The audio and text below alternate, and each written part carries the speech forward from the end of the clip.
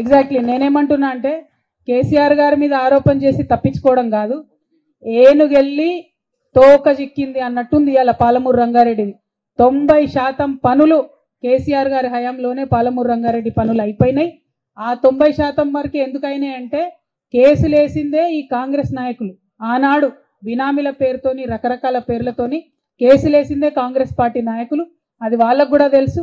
అభివృద్ధి పనులను ఆపడం, ఆటంకాలు సృష్టించడం, కోర్టులకెళ్ళి అడ్డంకులు సృష్టించడం వారికి వెన్నతో పెట్టినటువంటి విద్య.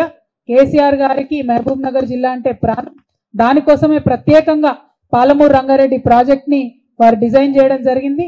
ఇంకొక అంశం మీరు మంచి మాట అడిగినారు. ఈ ప్రభుత్వాన్ని మేము ఇంకొక మాట కూడా డిమాండ్ చేస్తా ఉన్నాం.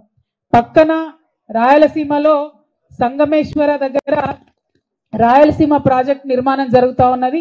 ఆంధ్రప్రదేశ్ ప్రభుత్వం చేస్తుంది. కేసీఆర్ గారు ముఖ్యమంత్రిగా ఉన్న 10 ఏళ్లు మరి ఆ ప్రాజెక్టు కట్టే ధైర్యం వాళ్ళు చేయలేదు. రోజుకు 3 టీఎంసీల నీళ్లు వాళ్ళు అక్కడ నుండి తీసుకుపోవాలనుకుంటా ఉన్నారు. దానికి కొద్దిగా కిందనే మనం పాలమూరు కోసం రోజుకు 2 టీఎంసీల నీళ్లు మనము ఎత్తిపోసేటటువంటి పరిస్థితి ఉంటుంది. మనకేమో బాజాప్తా పర్మిషన్ ఉన్నటువంటి ప్రాజెక్టు పాలమూరు రంగారెడ్డి ప్రాజెక్టు. కేంద్ర జలవనరుల సంఘం నుంచి మనకు పర్మిషన్ ఉంది కాబట్టి రోజు 2 టీఎంసీలు మనం ఇడికెళ్ళి తీసుకుంటాం. కానీ పర్మిషన్ లేకుండా రాయలసీమ ఎత్తిపోత పథకం సంగమేశ్వర దగ్గర ఆంధ్రప్రదేశ్ గవర్నమెంట్ చేపడుతుంటే ఆపింది కేసీఆర్ గారు.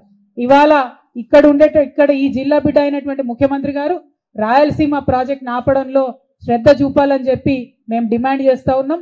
రాయలసీమ ఎత్తిపోతల పథకం పూర్తయితే డైరెక్ట్ గా నష్టపోయేది పాలమూరే కాబట్టి ఖచ్చితంగా ముఖ్యమంత్రి గారు దీని మీద శ్రద్ధ పెట్టాలని చెప్పి మేము డిమాండ్ చేస్తా ఉన్నాం. Thank you. జై తెలంగాణ.